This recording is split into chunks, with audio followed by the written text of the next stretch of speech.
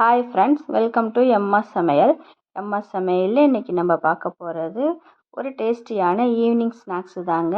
இது வந்து பிள்ளைங்க விரும்பி சாப்பிடுவாங்க. இதுமாரி நம்ம டிஃப்ரெண்ட்டாக செஞ்சு கொடுக்கும்போது. வாங்க இப்போ இதை எப்படி செய்கிறதுன்னு பார்ப்போம். வீடியோக்குள்ளே போகிறதுக்கு முன்னே இப்போ தான் நம்ம சேனலில் ஃபர்ஸ்ட் டைம் பார்க்குறதுனா சப்ஸ்கிரைப் பண்ணிவிடுங்க ஃப்ரெண்ட்ஸ். இந்த வீடியோ ரொம்ப பிடிச்சிருந்தா வீடியோக்கு ஒரு லைக் கொடுங்க. வாங்க இப்போ இதை எப்படி செய்கிறதுன்னு பார்ப்போம். இப்போ ஒரு மிக்சிங் பவுல் எடுத்துக்கோங்க. அதில் 1 கப்பு கோதுமை மாவு சேர்த்துக்குங்க. 1 கப்பு மைதா மாவு. உங்களுக்கு கோதுமை மாவு வேண்டாம் அப்படின்னா மைதாலே செய்யுங்க, இல்லை மைதா வேணான்னா கோதுமையிலையும் செஞ்சுக்கலாம். இப்போ இது ரெண்டத்தையும் சேர்த்து நல்லா மிக்ஸ் பண்ணி விட்டுக்குங்க. இப்போ நல்லா மிக்ஸ் ஆனதும் இதில் வந்து 1 கப்பு நம்ம எடுத்து வச்சுருவோம்.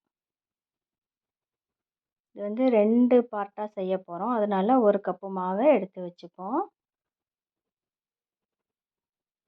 இப்போ இந்த மாவுக்கு தேவையான அளவு உப்பு சேர்த்துருவோம். உப்பு சேர்த்து தண்ணி சேர்த்து இதை அப்படியே நல்லா பிணைஞ்சு எடுத்துருவோம்.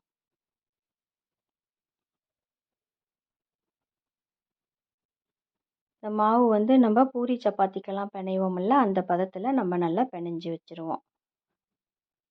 பிணைஞ்சிட்டு மேலே கொஞ்சம் எண்ணெய் விட்டுருங்க. மாவு காயாமல் இருக்கிறதுக்கு மேலே கொஞ்சம் எண்ணெய் விட்டு பிணைஞ்சி இதை அப்படியே ஒரு பக்கம் வச்சுருங்க.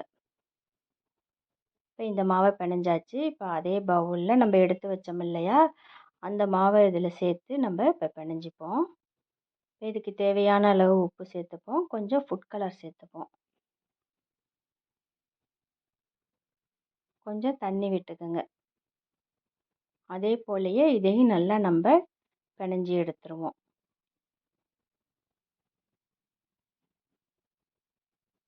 இப்போ இந்த மாவு காயாமல் இருக்க கொஞ்சம் எண்ணெய் விட்டுப்போம்.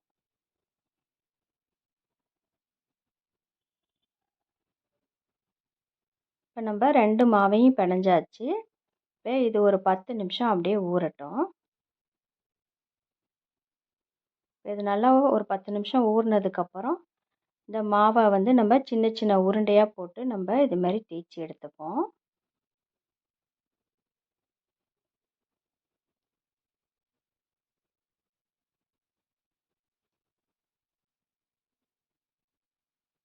நல்லா பெருசாக தேய்ச்சி எடுத்துப்போம். இப்போ வந்து ஒரு டிஃபன் பாக்ஸ், நல்ல பெரிய டிஃபன் பாக்ஸாக எடுத்து நான் இதை அப்படியே ரவுண்டாக கட் பண்ணி எடுத்துக்கிறேன். இப்போ இதே போலயே மற்ற உருண்டையெல்லாம் உருட்டி இதே அளவுக்கு நம்ம ரவுண்டாக தேய்ச்சி எடுத்துப்போம். அதே போல் இந்த மாவையும் நல்லா சப்பாத்தி மாதிரி பெருசாக தேய்ச்சிட்டு அதே போல் நம்ம ரவுண்டாக டிஃபன் பாக்ஸ் வச்சு கட் பண்ணிப்போம். இப்போ இந்த ரெண்டுமே ஒரே சைஸில் இருக்கணும், அதனால் ஒரே அளவுள்ள மூடியை வச்சு நீங்கள் கட் பண்ணி ரவுண்டாக எடுத்துக்குங்க.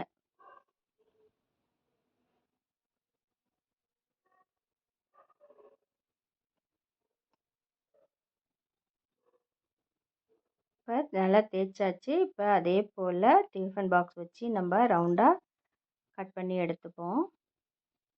இதே மாதிரியே இந்த உருண்டையும் நம்ம எல்லாத்தையும் இதே சைஸுக்கு கட் பண்ணி எடுத்துப்போம்.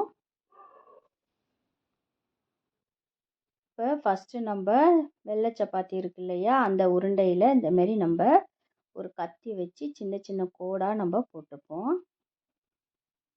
கத்தி வந்து மேலேருந்து வெட்டக்கூடாது, மேலே கொஞ்சம் கேப் இருக்கணும். அதே போல் கீழேயும் ஃபுல்லாக வெட்டிடாமல் கீழே கொஞ்சம் கேப்பு விட்டு வெட்டணும்.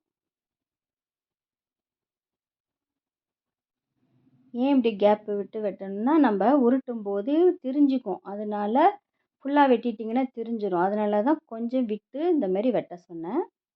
இப்போ இதுக்கு மேலே லேசாக தண்ணி தொட்டு நம்ம இப்படி அப்ளை பண்ணிக்கிங்க. இப்போ அதுக்கு மேலே இந்த பச்சை கலரில் தேய்ச்சோம் இல்லையா, அந்த மாவையும் மேலே வச்சுருவோம். வச்சுட்டு இப்போ இதில் பொடியாக கட் பண்ண வெங்காயத்தை சேர்த்துருவோம்.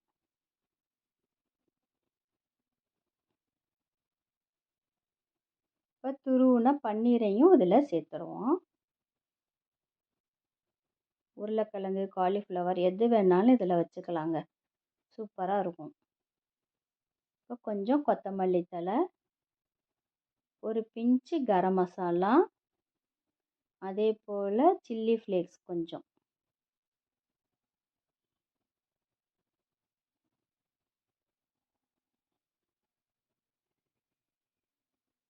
இது எல்லாத்தையும் சேர்த்துட்டு இப்போ இதை வந்து மேலேருந்து அப்படியே உருட்டிட்டு வரணும் டைட்டாக.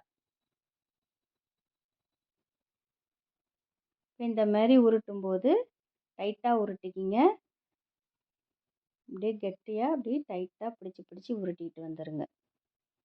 இப்போ இது உருட்டும் போது நீங்கள் ஃபுல்லாக கட் பண்ணியிருந்தீங்கன்னா அப்படியே இது ஒரு மாதிரி பிரிஞ்சுக்கிட்டு வரும். அதனால தான் மேலே கொஞ்சம் விட்டுட்டு கட் பண்ண சொன்னேன். இப்போ இந்த 2 எட்ஜையும் இப்படி சேர்த்து நல்லா ப்ரெஸ் பண்ணி விட்டுருங்க. நல்லா அமுக்கி விட்டுட்டிங்கன்னா போதும். இந்த மாதிரி உங்களுக்கு சூப்பராக கிடச்சிரும். இதே போலயே எல்லா உருண்டையும் நம்ம இது மாதிரி ரெடி பண்ணி வச்சுப்போம்.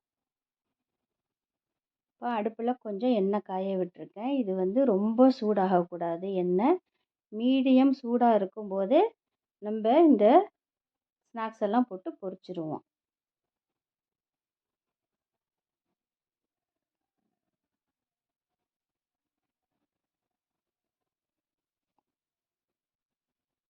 இப்போ ஒன்று ஒன்றா சேர்த்தாச்சு.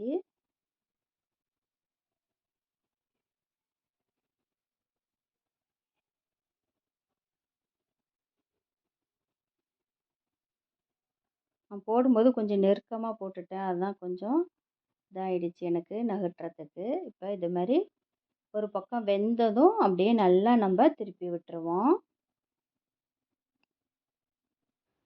சூடு ரொம்ப இல்லாமல் மீடியம் ஹீட்டில் வச்சு இதை நல்லா 2 பக்கமும் திருப்பி விட்டு பொறுமையாக எடுத்திங்கன்னா போதும். வேக விட்டு எடுங்க. சூப்பராக இருக்குங்க இந்த ஸ்நாக்ஸு. அவ்வளோதான். இப்போ பிளேட்டில் எடுத்து வச்சுருவோம். செம்ம டேஸ்டியான இந்த ஸ்நாக்ஸை நீங்கள் கண்டிப்பாக ட்ரை பண்ணி பாருங்கள் ஃப்ரெண்ட்ஸ். ட்ரை பண்ணி பார்த்துட்டு எப்படி வந்ததுன்னு கமெண்ட்டில் சொல்லுங்கள். தேங்க்யூ.